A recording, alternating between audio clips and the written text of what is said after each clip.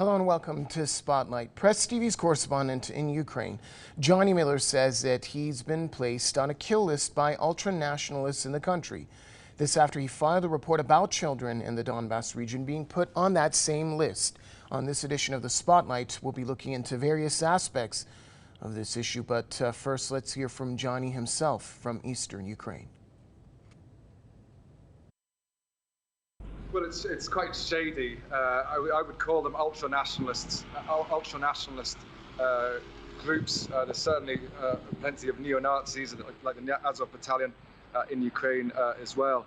But there's also been public support previously from Ukrainian government ministers. The previous Minister of Interior applauded the site. So, and there's the reports that the Ukrainian government used this database. So if I was coming into Western Ukraine and they wanted to check who I was, they may well look at this database and see that I am an enemy of Ukraine.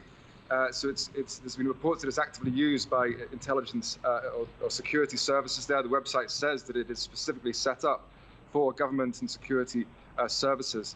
So there's no doubt that previously the Ukrainian government has praised this site, and it does have the power to take it down. But it's also a sign of the influence of ultra-nationalists and extremists in Ukraine.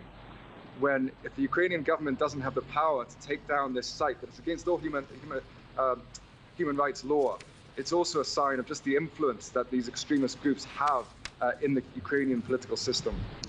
Well, it's interesting, before the war, some Western media outlets, the BBC, The Guardian, Time magazine, did some fantastic reporting. You can go on YouTube, some brilliant short documentaries by these organizations detailing the neo-Nazi problem in Ukraine. But since the war began, since the Russian invasion began, that's all been turned on its head. It's like a George Orwell, when yesterday this is the truth, today this is the truth. And so any kind of promotion of these stories is just deemed as Russian propaganda. I don't speak Russian, I don't watch much Russian media. Russians may well be overplaying the Nazi problem in Ukraine, but in Western media, it's being whitewashed. And when you've got that level of extremism, I've been to Mariupol, I've spoken to civilians there who tell me that they were forced at gunpoint down to the basement by these neo-Nazi groups, and that they were targeting civilians on the streets. Once again, as a journalist, I'm not sure what I'm supposed to do. It's my job just to simply report what these eyewitnesses are telling me. So there is definitely a serious problem with extremism in Ukraine, and frankly, every serious journalist in Western Ukraine knows that. They know that there's a serious problem with extremism in Ukraine, but it's a large part of self-censorship as well, because if you try and go to your editor now and say, well, look, I've got this story about extremism in Ukraine, Western papers are simply not going to take that at the moment, because they see it as Russian propaganda.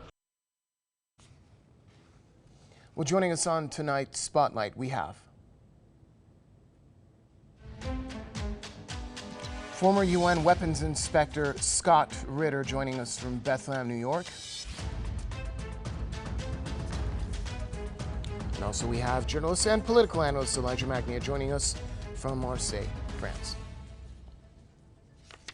Well, gentlemen, welcome to the program. Let's start off with Mr. Ritter in New York. What do you make of this news? Johnny Miller reported on a kill list, and now he's on that list. Having some difficulties.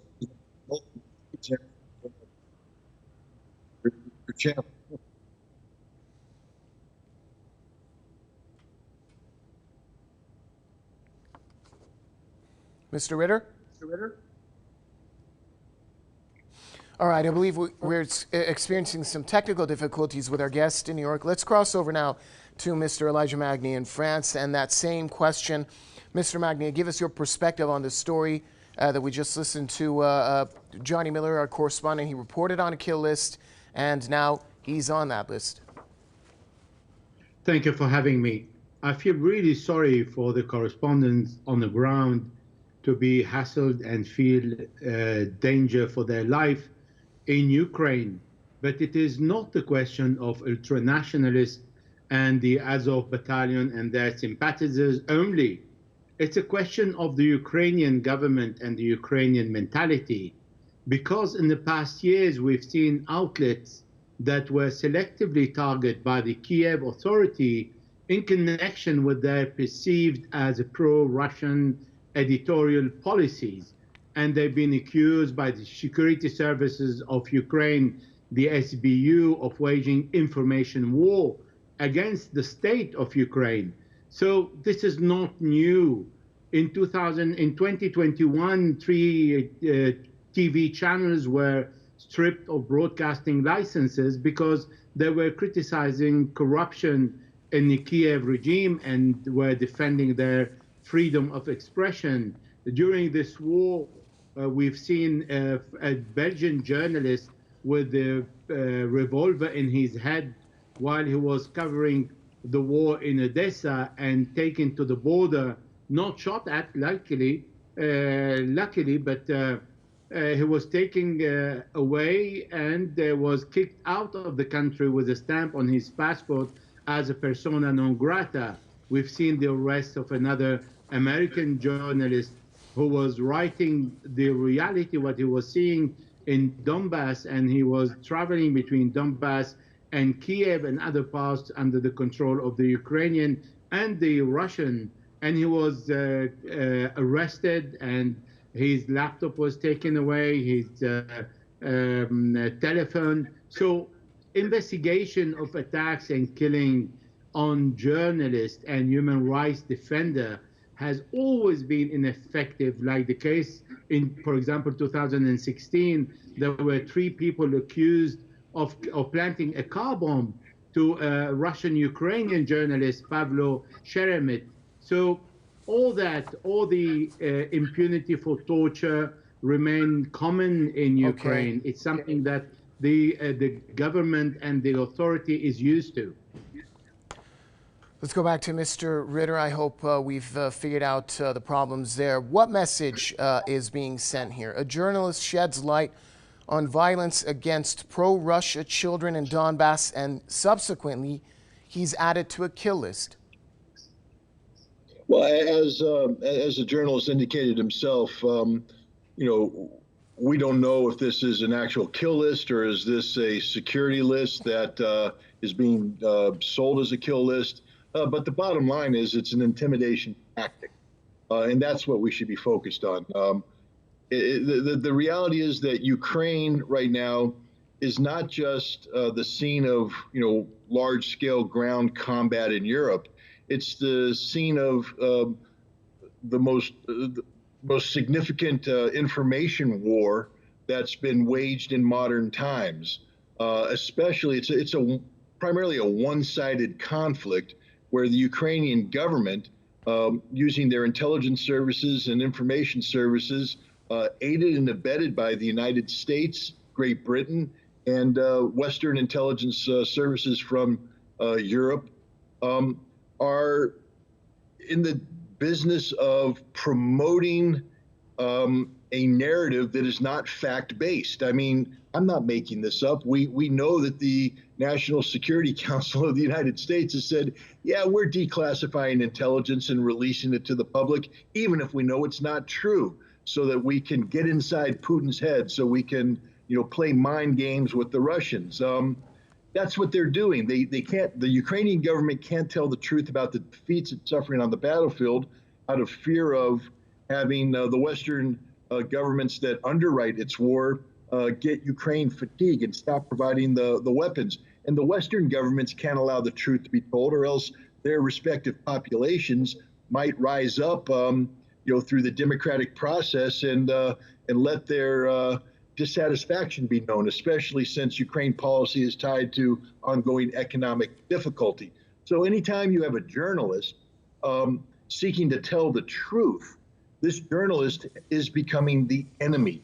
He or she is the enemy of Ukraine, of the United States, of Great Britain, of NATO, because truth is not what these sides are trying to sell. They're trying to sell a narrative designed to support a political position where truth is often the antidote.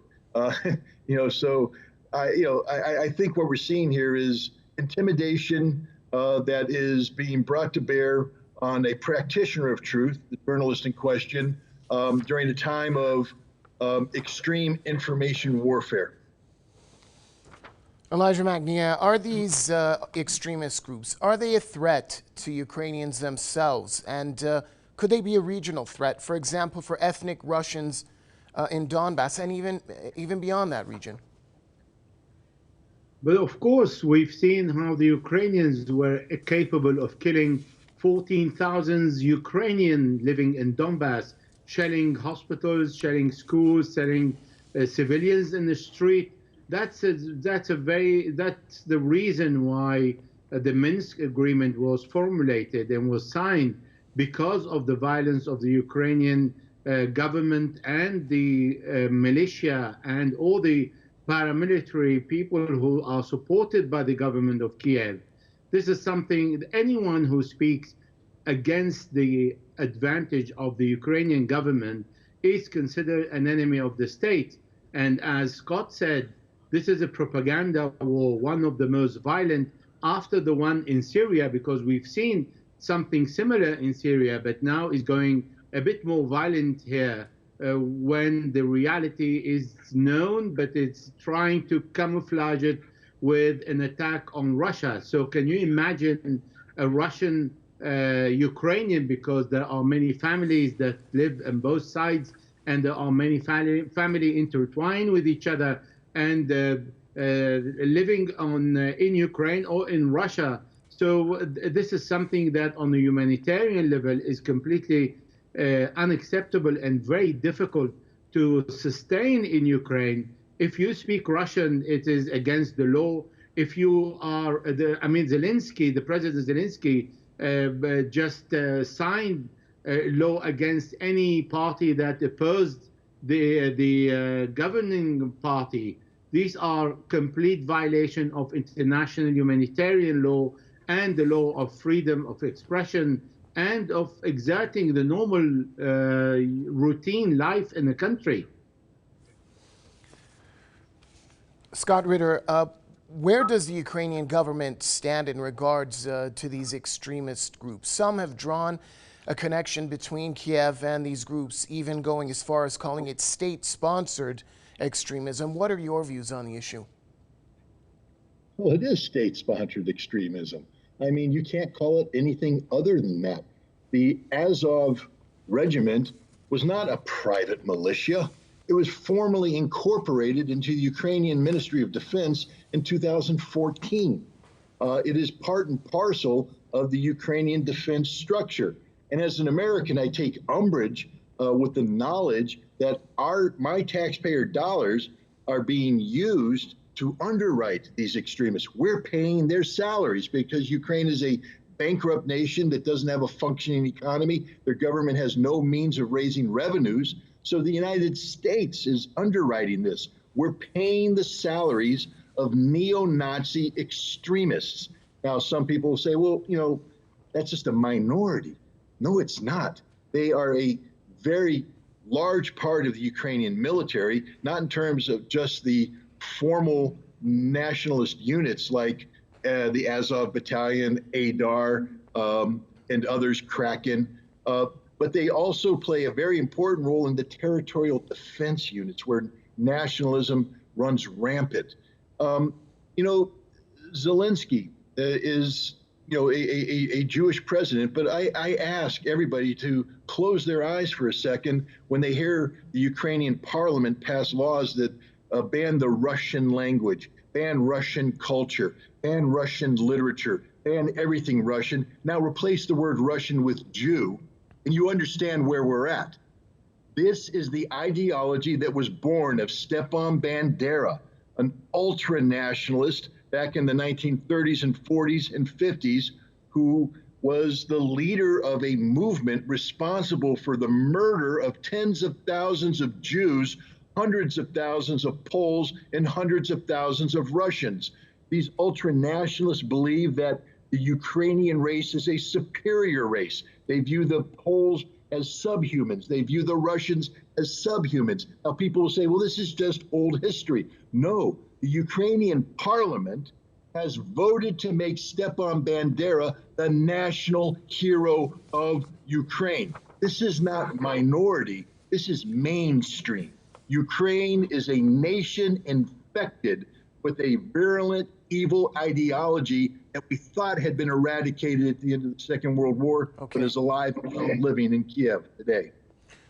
Elijah Magnier, Russia claims one of its intentions of this military operation is to denazify Ukraine. This claim has been questioned by many, including historians and observers, but with some of these revelations about extremist groups and their activities, especially towards pro-Russian areas, having in mind what our guest in New York, Mr. Ritter, just said, where does that leave you regarding Moscow's claim?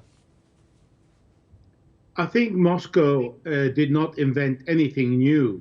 The pro-Nazi groups and the Azov Battalion were on all the mainstream media newspapers, Western newspaper, BBC, CNN, until 2021.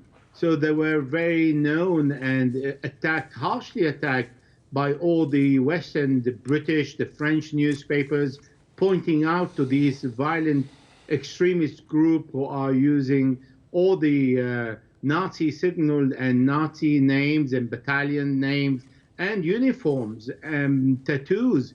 Many of these were arrested and taken as prisoners in the last battle of Mariupol, and they were part of the Azov Battalion. This is not something that only Russia is saying it. It's something the whole world knows about it. However, it is not supposed to talk about these groups and these Nazi groups because now there is a cause of Ukraine that is dominant in Europe and in the West, that projecting Ukraine like the hero attacking the violent and the aggressor Russians. This is why anything that Ukraine is doing is acceptable, including that now we're talking here in Europe that the Ukrainians are like us and we want them in. Well, they're not like us. They're not like Europeans. When the president is the one who is the beneficiary of offshore companies, and when he is not signing any parliament agreement that's denouncing the corruption and the violation of international humanitarian laws, this is not like Europe. This is what Russia is pointing out. Ukraine is the most corrupted, violent country in Europe and is violating every single law, but is accepted because it is waging war on Russia on behalf of the US with all the West behind it. This is why talking about Nazi group is accepted even today, whatever these are. Even Zelensky, when he was asked, he said they are fighting the Russian. So this was his excuse by brushing and whitewashing this Nazi group, saying they are fighting the Russians. So it means their existing and their ideology that fits perfectly well with the government in Kiev is acceptable. Scott Ritter, at the start of the program, you mentioned that this might not be an actual kill list. It might be an intimidation list, whatever you want to call it. A number of journalists have been killed in Ukraine after being put on this so-called list. Why is mainstream media not putting more emphasis on such an issue, on journalists being threatened and killed since this war started? Well, to do so would compel a light to be shown on the reality of the Ukrainian regime, on the reality of Ukraine as a nation. You know, to have a security service that maintains and operates a kill list of any sort is anathema to free and democratic society. I know people are going to go back and look up the history of American support for death squads in Central America, et cetera. Yeah, it happened, and it's wrong. It shouldn't have happened.